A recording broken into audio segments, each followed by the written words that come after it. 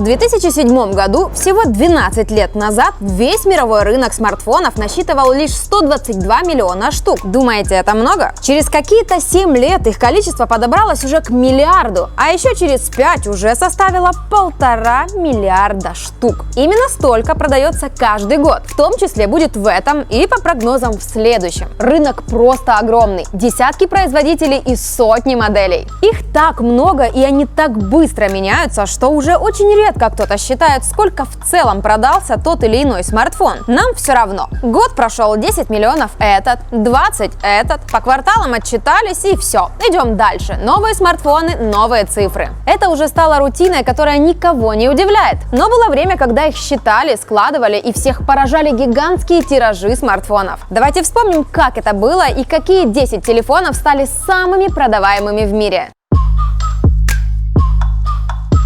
2004 год. Android и iPhone еще только в зачатке, а рынком телефонов единолично правит Nokia, которую только мечтают подвинуть Motorola, Sony Ericsson и остальные. В это время активно набирает популярность новый тренд – телефоны-раскладушки, на что Nokia, кроме прочего, отвечает своим бюджетникам за $120. Nokia 2650. Снаружи ничем не примечательный телефон, но внутри раскрывался он почти на 180 градусов. И стоило это сделать, как не сходила его главная фишка – пружина в качестве шарнира и внутренняя поверхность почти полностью из резины. Только посмотрите, как круто сделано место сгиба. Никаких наворотов здесь не было, простой экран и простая полифония. Да, в то время было важно, как пищит телефон.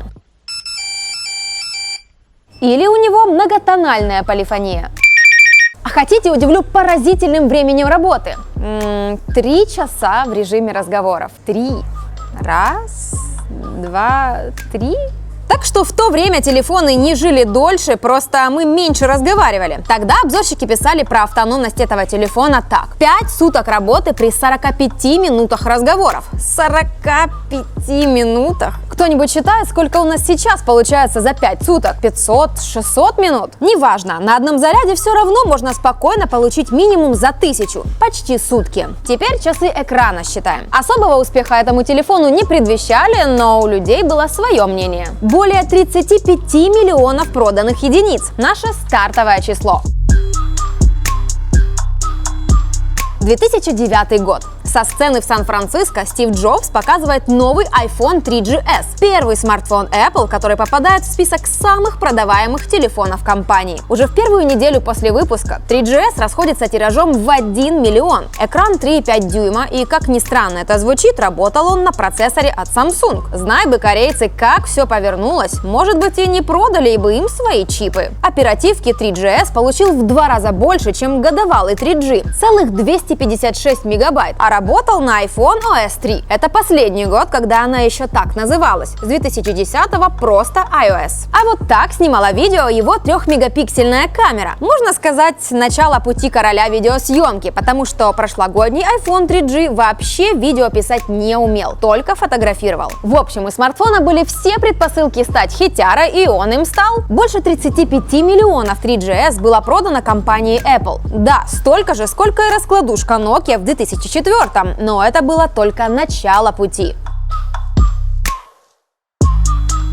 Кстати, о 2004. Этот год был богатым на бестселлеры, поэтому возвращаемся сюда еще не раз, причем не последний. Тут снова отличилась Nokia. Я говорила, она тогда была номером 1. Параллельно с раскладушкой в продажу попала легенда. Nokia 6230. Телефон бизнес-класса, флагман. Именно телефон, не смартфон. И несмотря на это, уже умел снимать видео в формате 3GP и с разрешением 128/96. Это вот столько. Да, это был 2004, мы снимали как могли, зато, напомню, iPhone 3G и через 4 года не мог даже так. Кроме камеры, телефон полюбили за качественный экран с разрешением 128/128, возможность крутить видео и проигрывать MP3. А еще это был один из первых телефонов с поддержкой карт памяти. Если у тебя была такая карточка с музыкой, среди одноклассников и ровесников была гарантирована всеобщая любовь, узнаваемость и почет. Ты просто жмешь play, и все такие: «Воу, вот это полифония!» А ты 24-тональная.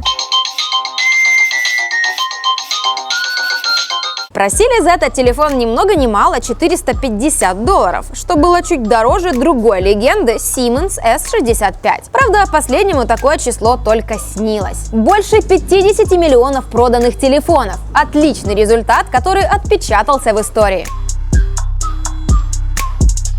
Вообще недалекое прошлое, 2012 год, 7 лет назад. В это время в продажу поступил наш следующий телефон, хотя теперь уже правильно будет смартфон. Samsung Galaxy S3. Четырехъядерный Exynos, либо двухъядерный Snapdragon, гиг-оперативки, батарея на 2100 мАч и супер AMOLED экран. Вот список характеристик стоимостью 550 евро на 2012 год. Несмотря на цену, только за второй квартал этого года Samsung продала уже 6,5 миллионов галактик, увеличив свою чистую прибыль сразу на 48% по сравнению с аналогичным периодом прошлого года. Буст очень сильный. Спустя год после презентации S3, показывая четверку, Samsung похвасталась, что успела продать предыдущий флагман в количестве 40 миллионов штук. В дальнейшем это число выросло еще на 20 миллионов. Вот так получился конечный результат Galaxy S3 и наше 7-е место. Откатываемся далеко назад, в 1996. Вдохновившись популярным и культовым сериалом Star Trek, компания Motorola создает первую в мире раскладушку Motorola StarTAC. Революционный телефон, который, несмотря на свою цену в $1000, расходился как холодная кола в пустыне. Это вообще был один из первых телефонов, который широко разошелся в массы. Не в последнюю очередь благодаря мощной рекламной кампании в кино, где главные герои частенько светили это новое чудо техники с выдвижной антенной. Спустя 9 лет этот телефон признали 6-м величайшим гаджетом за последние 50 лет, и с этим сложно поспорить. Цифры говорят сами за себя. Более 60 миллионов проданных раскладушек. Для 1996 года, буквально только что родившегося рынка телефонов и цены в $1000, это просто колоссальный успех.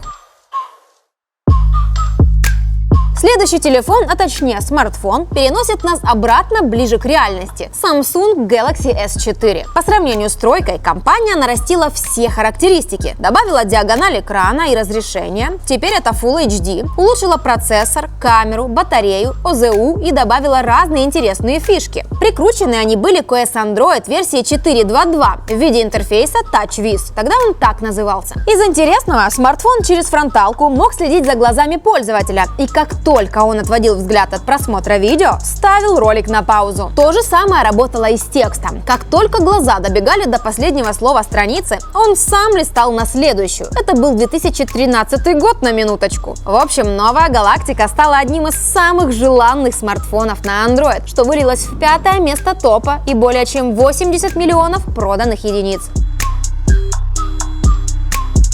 И вот уже в 3-й раз мы возвращаемся в этот плодовитый 2004 год, где уже дважды отличилась Nokia. Флагманской 6230 и раскладушкой 2650. Но на этот раз пришло время Motorola. В 1996 году она выстрелила фантастической на то время раскладушкой. И вот спустя 8 лет повторяет свой успех с тем же форм-фактором. Это Motorola Razr V3. Один из самых крутых телефонов моего детства, который я видела всего один раз, но помню этот момент до сих пор. Я даже помню его рекламу по телевизору и его мелодию, которая стояла на звонке. Hello, Moto. Пожалуй, это был самый крутой дизайн на тот момент. Причем всем было наплевать, что у него неудобное меню или плохая камера. Это была самая тонкая раскладушка весом всего 95 грамм и с обилием металла. Вот что было самым главным. При этом никто даже не надеялся на миллионные тиражи. Это было больше игра мускулами. Мол, что у вас там сейчас за брусочки пластиковые в 2004-м? Посмотрите-ка на это. Да, он такой стальной и тонкий, что им можно порезаться как бритвой. Что, кстати, очень круто обыграли в рекламе.